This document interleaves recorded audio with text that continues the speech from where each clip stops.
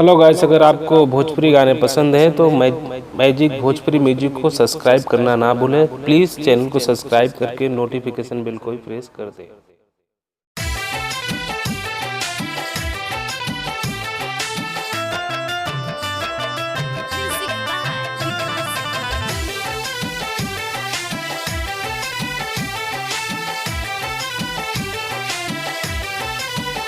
मैं तो मर जाऊंगा अपना लीजिए, मैं तो मर जाऊंगा अपना लीजिए, प्यार करके थोड़ा हम मुस्कुरा दीजिए। मर न जाऊं कहीं आपकी याद में, अपना चेहरा तो मुझको दिखा दीजिए। आप ना हमसे ऐसे दगा कीजिए, आप ना हमसे ऐसे दगा कीजिए।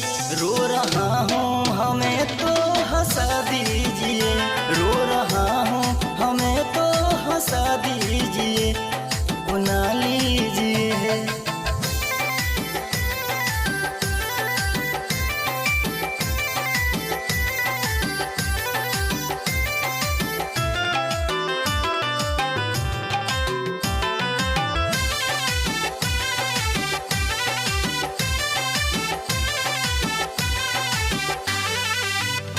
हुए जब से जुदा ना ही सो पाते हैं, यादें पल पल है आपकी आंखें रो जाते हैं।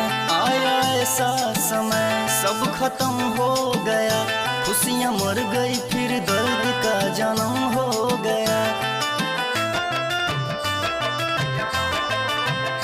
हुए जब से जुदा ना ही सो पाते हैं, यादें पल पल है आपकी आंखें रो जाते हैं।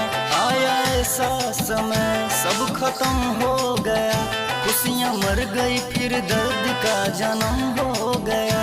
एक दफा ही सही तो वफा कीजिए, एक दफा ही सही तो वफा कीजिए। रो रहा हूँ हमें तो हंसा दीजिए, रो रहा हूँ हमें तो हंसा दीजिए, अपना लीजिए।